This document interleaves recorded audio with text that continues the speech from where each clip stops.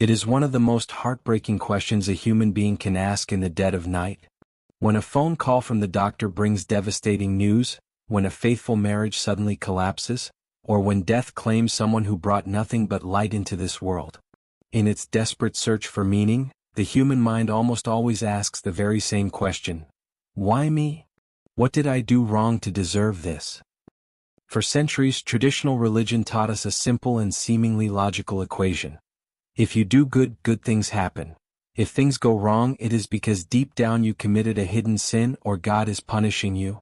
It is a comfortable logic for those observing someone else's pain from the outside, but utterly devastating for the one living through it, because it places a crushing burden of spiritual guilt right on top of an already broken heart.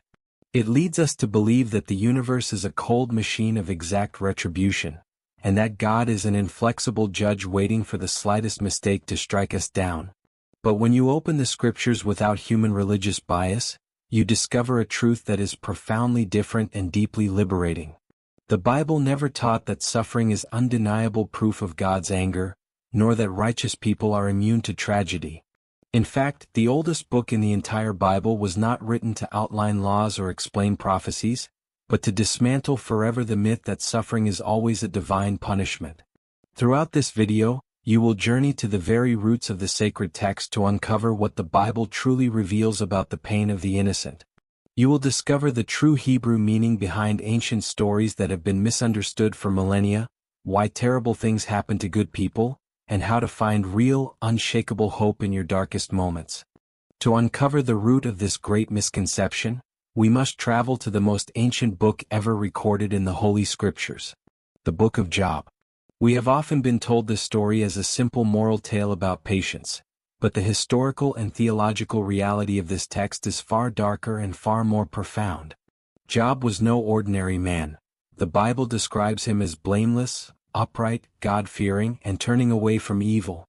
A man who lived a life of absolute integrity and generosity. Yet, in a single day, a devastating wave of tragedies completely dismantled his life.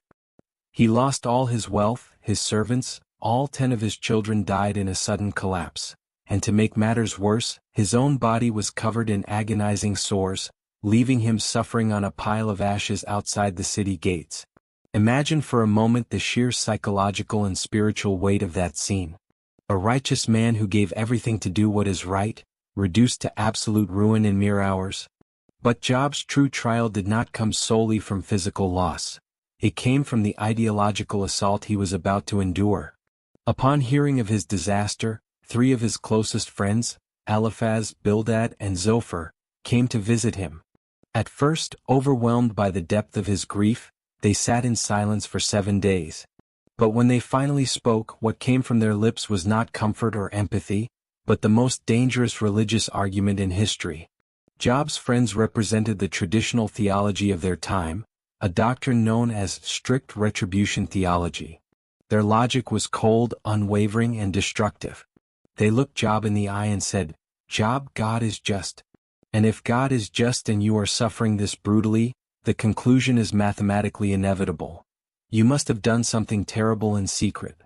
Confess your hidden sin, stop pretending to be innocent, and admit that you deserve this punishment." Look closely at the cruelty embedded within that reasoning. For his friends, it was essential that Job be guilty. Because if Job was truly innocent and still suffering, then the mathematical formula upon which they had built their entire faith completely crumbled. They needed to blame the victim to protect their own fragile sense of spiritual security. They preferred to condemn a broken man rather than admit they did not understand the mystery of God's justice. For over 30 chapters, Job defended himself fiercely, crying out his innocence to heaven and flatly rejecting the false guilt his friends tried to impose on him. And the conclusion of this story is profoundly revealing. When God finally broke the silence at the end of the book, he did not rebuke Job for expressing his grief or questioning divine justice. Instead, God turned with indignation toward the 3 religious friends and declared, "My wrath is kindled against you, because you have not spoken of me what is right as my servant Job has." With that single verdict, God forever condemned the mindset of those who use theology to accuse the suffering. God made it clear that the idea that all pain is direct divine punishment is an unworthy lie. But this leaves us with an even deeper mystery. If Job's tragedies were not God's punishment for his sins, what really happened behind the heavenly veil that allowed such devastation to unfold? To unravel this mystery, we must closely examine the first 2 chapters of the book of Job, where a breathtaking yet profoundly misunderstood heavenly scene is revealed. Many modern translations tell us that, one day the sons of God came to present themselves before the Lord, and Satan also came among them. Reading this with a modern mindset, we instantly picture a horned adversary entering heaven to make a sinister wager with the Creator. But in the original ancient Hebrew of the Old Testament, the word used is not a proper name. It is a title preceded by the definite article, ha-Satan. In ancient biblical Hebrew, ha-Satan literally translates to the accuser, or the heavenly prosecutor. We are not being shown a demonic conspiracy, but rather a divine courtroom where this celestial prosecutor raises an uncomfortable and provocative challenge. He says to God, "Does Job fear God for nothing? Have you not put a hedge of protection around him, his household, and everything he has? Strike everything he owns and see if he does not curse you to your face." Notice the subtle malice of this attack. The accuser was not questioning Job's outward moral behavior. He was attacking his true motives. He was claiming that human beings only love God out of self-interest, convenience, and material blessings.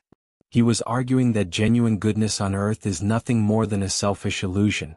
And this is where the theology of Job reaches profound depths. God did not send suffering upon Job out of cruelty, nor to collect a spiritual debt. God temporarily permitted the hedge of protection to lift to demonstrate before the entire cosmos that a human being's love, integrity, and genuine faith can stand firm even when everything else is stripped away.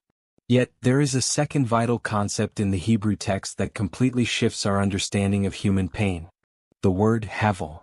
An ancient Hebrew term that evokes smoke, vapor, or fleeting transience, reminding us that we live in a world that, though created good, is neither complete nor free from chaos. The book of Job teaches us that this creation contains unpredictable forces, natural disasters, illnesses, and human decisions beyond our control. Suffering does not always carry a neat moral explanation or a specific culprit to blame. Sometimes tragic things happen simply because we inhabit a fallen, fragile creation exposed to earthly brokenness. God is not the author of your pain, but in His infinite sovereignty, He is fully capable of holding you through it. But this brings us to a crucial turning point in the New Testament. What did Jesus say when people tried to link sudden tragedy directly to the will or punishment of God? To understand the definitive New Testament perspective on this dilemma, we must turn to the Gospel of Luke, chapter 13. There, Scripture records a tense moment in Jesus' ministry, when a group of people approached him with shocking, tragic news that had shaken the entire region. Pontius Pilate, the ruthless Roman governor, had slaughtered a group of Galileans while they were offering sacrifices at the temple, mingling their blood with the blood of their own offerings. Those who brought the news to Jesus were not merely reporting a political event. They were looking for confirmation of their own theology. Deep down, they wondered, what unspeakable hidden sin must those Galileans have committed for God to allow them to die in such a horrific manner? But Jesus' response completely dismantled their judgmental reasoning. In verse 2, the Master directly asked them, "Do you think that these Galileans were worse sinners than all the other Galileans because they suffered this way? I tell you no." And to make it undeniably clear that tragedy is never a measuring stick for a person's moral guilt, Jesus brought up a second recent disaster that everyone remembered well: the collapse of the Tower of Siloam. A massive stone structure that suddenly fell, crushing and killing 18 innocent people who were simply walking by. Jesus confronted their mindset once again, saying, "Or those 18 on whom the tower in Siloam fell and killed them, do you think they were more guilty than all the others living in Jerusalem? I tell you no." Consider the monumental impact of Jesus' words. With two undeniable historical examples, the Master permanently separated human tragedy from divine wrath and divine punishment. Jesus declared that the violence of a tyrant like Pilate, or the structural failure of a collapsing tower, are not targeted divine judgments against evil people. Tragedies do not happen because God is settling an unpaid score with the victims.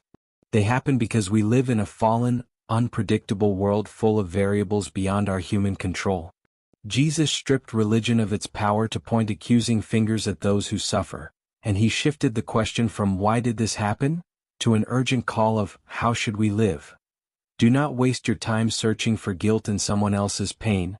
Make sure your own heart is right with eternity in the present. But this brings us to the ultimate question. If God does not cause our suffering and does not punish the innocent, what is His true promise to us when we walk through the storm? Arriving at this point requires us to look at the cross of Christ from a completely renewed perspective. Because God's promise was never an insurance policy against earthly pain, nor a magical contract that exempts us from the trials of this broken world. God's real promise is not the absence of storms, but His unwavering presence right in the midst of them. When you look at the gospel, you discover something astonishing. The only completely perfect, pure, and innocent man who ever walked the earth suffered the most horrific injustice, the betrayal of his closest friends, and an agonizing death. The cross is the ultimate proof that suffering does not mean God has abandoned you, nor that you are under His wrath. At the cross, God did not observe human anguish from the distance of a far-off throne. He entered directly into our brokenness to say, "I know what it feels like to bleed, I know what injustice feels like, I know what it means to lose everything, and I am here with you." God does not promise that towers will never fall, nor that evil people will never act with cruelty. What He promises in passages like Psalm 23 is that even when you walk through the valley of the shadow of death, you will fear no evil, for He is with you. His promise is the power of redemption, the divine ability to take the ashes of your life and turn them into beauty, to take your deepest wounds and transform them into fountains of compassion, strength, and wisdom for others. When you understand this truth, you break free forever from the trap of asking, "What did I do wrong?" And you begin living from the faith of, "How will I walk through this, hand in hand with God?" If this message has brought peace to your soul, shattered false guilt, and helped you see God's love in a clearer, liberating light, please subscribe to the channel and share your thoughts in the comments below. Your testimony helps others find comfort in the middle of their own trials. Share this video with someone who might be going through a dark season right now and needs to be reminded that they are not alone. May the peace of God, which surpasses all understanding, guard your heart and your mind every step of the way.